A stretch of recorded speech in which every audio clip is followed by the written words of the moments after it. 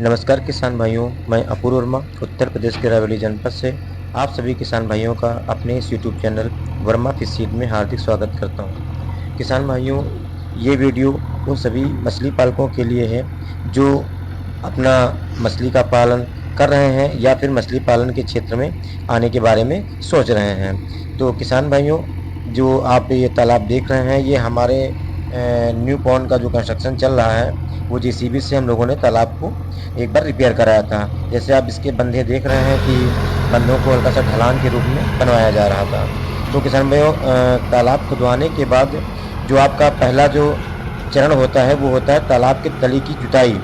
तालाब की तली की किसान भाई जुताई करवाने से उसका सबसे अच्छा जो फ़ायदा होता है कि आपके तालाब में जो पानी का जो रिसाव होता है वो काफ़ी हद तक कम हो जाता है। दूसरा क्या होता है कि तालाब की जो तली रहती है वो उपजाऊ हो जाती है।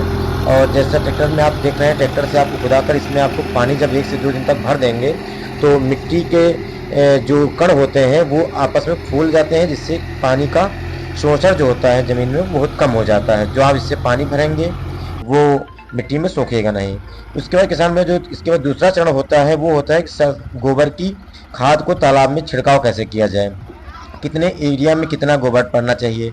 हम बात करते हैं किसान भाइयों, 1 एकड़ में आपको 2 से 3 टाली आपको गोबर की खाद 15 से 20 दिन की जो सड़ी खाद होनी है वो आप उसको तालाब में ट्रैक्टर के माध्यम से, टाली के माध्यम से ऐसे आप उसको छिड़काव करवा सकते हैं। छिड़काव करवाने के बाद किसान भाइयों ट्रैक्टर से उसकी पुनः जुताई करवा दें, जिससे गोबर की खाद जो है वो तालाब की तली में अच्छी तरह से मिल जाए। और मछलियों के ग्रोथ के लिए गोबर की खाद जब सड़ती है तो प्लैंकटन का निर्माण अच्छी तरह से हो जाता है। इसके बाद किसान भाई तीसरा चरण जो आता है वो होता है कि चूने का उपयोग तालाब में कितनी मात्रा में करना चाहिए। तालाब को किसान भाइयों खुदवाने से एक से 2 दिन बाद आपको चूने का उपयोग कर देना चाहिए। चूने का उपयोग करने से उसके अंदर जितने भी कीटाणु होते हैं, जीवाणु होते हैं, वो सभी तालाब से दूर चले जाते हैं या वो उनकी डेथ हो जाती है। और उसके अलावा किसान भाई उसमें पीएच मेंटेन करता है। चौथा चरण होता है किसान भाई सिंगल सुपर फास्फेट। कितनी मात्रा में डालना है किसान भाई, ये होता है आपको 1 एकड़ में 100 से 150 किलो। इसके से किसान भाई उपयोग से क्या होता है कि फाइटो और जू प्लैंकटन में जो ग्रोथ होती है या उनकी जो इम्यून सिस्टम जो होता है किसान भाई फाइटो प्लैंकटन या जू प्लैंकटन का, वो काफ़ी अच्छा हो जाता है। और मछलियों की ग्रोथ के लिए जो उनका प्राकृतिक आहार होता है फाइटो प्लैंकटन और जू प्लैंकटन, उसमें बढ़ोतरी वो काफ़ी अच्छी तरह से हो जाती है। ये किसान भाई सिंगल सुपर फास्फेट आपको तालाब में ऐसे ही उसको छिड़काव करना है। किसान भाई पांचवा चरण जो होता है वो होता है मछली तालाब में प्राकृतिक भोजन बनाने का सबसे महत्वपूर्ण चरण। इसमें किसान भाइयों आपको सरसों की खली लेनी है। सरसों की खली में लगभग 30 से 35% प्रोटीन होता है, जो कि मछलियों के विकास के लिए बहुत जरूरी होता है। नियमित रूप से खली देने से मछलियों का वजन तेजी से बढ़ता है और उत्पादन भी अच्छा होता है। सरसों की खली किसान भाई 1 एकड़ में 50 से 60 किलो अथवा 10 कुंटल मछली के बायोमास के अकॉर्डिंग 30 से 50 किलो 4 से 5 दिन के अंतराल में आपको मछली के तालाब में घोल के इसका मिश्रण बना के आपको डालना रहेगा। पहला स्टेप किसान भाइयों जो होता है 5वें चरण का, उसमें होता है सरसों की खली।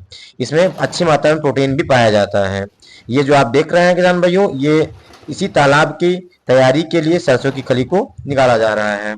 किसान भाइयों आप लोगों से एक रिक्वेस्ट है कि आप जब भी वीडियो देखा करें तो उसको वीडियो को अंत तक जरूर देखा करें, जिससे कि मछली पालन में या वीडियो के माध्यम से हम आपको जो सलाह देना चाह रहे हैं या जो सुझाव देना चाह रहे हैं वो आप तक पूरी तरह से पहुंचाया जा सके। इसका किसान भाई सरसों खली के बाद जो आता है ये एक ईस्ट होता है किसान भाइयों। इसको आप डालने से बेनिफिट ये होता है कि जो हमारे तालाब का प्राकृतिक जो आहार होता है फाइटोप्लैंक्टन और जूप्लैंक्टन, उसमें एक टेस्ट डेवलप होता है। मछलियों में इम्यून सिस्टम स्ट्रांग होता है और मछलियों की एक अच्छी सी शाइनिंग आती है और तालाब में जो पीएच होता है वो भी काफ़ी अच्छी तरह से रेगुलेट रहता है। इससे क्या होता है कि मछलियों के विकास में काफ़ी अच्छी सी बढ़ोतरी होती है और आप के तालाब में जो भी उनका पानी का जो जितना भी पैरामीटर होता है वो बिल्कुल अच्छा होता है। आप इसको सरसों की खली में अगर 50 किलो सरसों की खली ले रहे हैं तो 500 से 700 ग्राम आपको ईस्ट का प्रयोग करना है। इसके बाद किसान भाइयों इसी सरसों की खली और ईस्ट में जो आपको नया ऐड करना है वो होता है गुड़, या जिसे जैगरी या मोलासिस भी बोलते हैं। इसके किसान भाइयों प्रयोग से मछली के जो इम्यून सिस्टम होता है वो काफ़ी स्ट्रांग होता है और इसमें एक टेस्ट डेवलप हो जाता है। इसके बाद किसान भाई इसमें आपको नमक ऐड करना है। नमक आप किसी भी तरह का, या तो जो आप इसमें वीडियो में दिखाया जा रहा है नमक का जो दर्रा होता है उसे भी आप यूज़ कर सकते हैं, या पिसा नमक भी आप यूज़ कर सकते हैं। नमक के प्रयोग से किसान भाइयों मछलियों में जो स्ट्रेस की जो बीमारी रहती है, मछलियाँ स्ट्रेस में कभी नहीं जाती हैं, प्रॉपर वे में उनका ग्रोथ होता रहता है, अच्छी तरह से फीड इंटेक किया करती हैं। इन सभी किसान भाइयों के मिश्रण को आपको पानी से उसको मिक्स करके 1 से 2 दिन के लिए उसको रख देना है। 1 से 2 दिन के रखने के बाद किसान भाइयों उसको आप पूरे तालाब में आपके छिड़काव कर सकते हैं। छिड़काव करने के 4 से 5 दिन बाद आपको यही प्रक्रिया पुनः आपको दोहरानी पड़ेगी।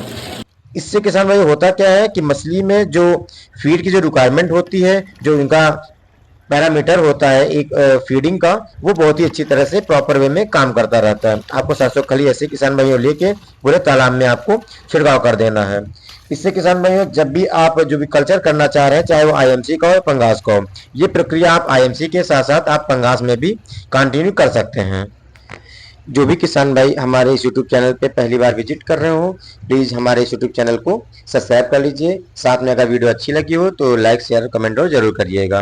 तो किसान भाइयों जो भी किसान भाई पहली बार मछली पालन कर रहे हैं या करना चाह रहे हैं, तो हमारे दिए गए नंबर पे हमसे संपर्क करके मछली पालन में आने वाली सही प्रकार की समस्याओं का, या तालाब को कैसे खुदवाना है, उसमें मछली की डेंसिटी कितनी रखनी है, कैसे क्या करना है, आपको वो सारी सहायता आपको हमारे चैनल के माध्यम से या कॉल करने के माध्यम से आपको प्रोवाइड कर दी जाएगी। किसान भाई जो तालाब देख रहे हैं ये हमारा 1 एकड़ का तालाब है और इसमें पंगास और आईएमसी का मिक्स कल्चर जो है वो हम कर रहे हैं। और इसके अलावा किसान भाई जब आप पहली बार तालाब खुदवाते हैं तो आप लोगों से सजेशन मेरा यही रहता है कि जो इस वीडियो में आपको दिखाया जा रहा है, ये जो मछली का सीड है, इतना ही सीड आप इतने ही साइज का, इतनी ही क्वांटिटी का सीड आप अपने तालाब में डालें। इससे होता क्या है, पहली बार जब आप तालाब में बच्चा डालेंगे तो बड़ा बच्चा रहेगा तो उसकी मोटिलिटी कम आती है। जो आप साइज देख रहे हैं ये फिंगरलिंग साइज का बच्चा है। किसान भाई फिंगरलिंग या ईयरलिंग आप उसको ज़्यादा प्रेफर करिए। अगर आप फर्स्ट टाइम कल्चर कर रहे हो तो, अगर आप कई बार कर चुके हैं, 3-4 बार कल्चर कर चुके हैं, पुराने आप फार्मर हैं, तो आप स्पॉन का स्टॉक भी लगा सकते हैं। अदरवाइज पहली बार अगर आप कल्चर कर रहे हैं तो जो वीडियो में बच्चा दिखाया जा रहा है फिंगरलिंग या ईयरलिंग साइज का ही अपने तालाब में स्टॉक करें। इससे होता है क्या है किसान भाइयों, मोर्टेलिटी काफ़ी कम आती है और सर्वाइवल काफ़ी अच्छा आता है, ग्रोथ भी काफ़ी अच्छी रहती है।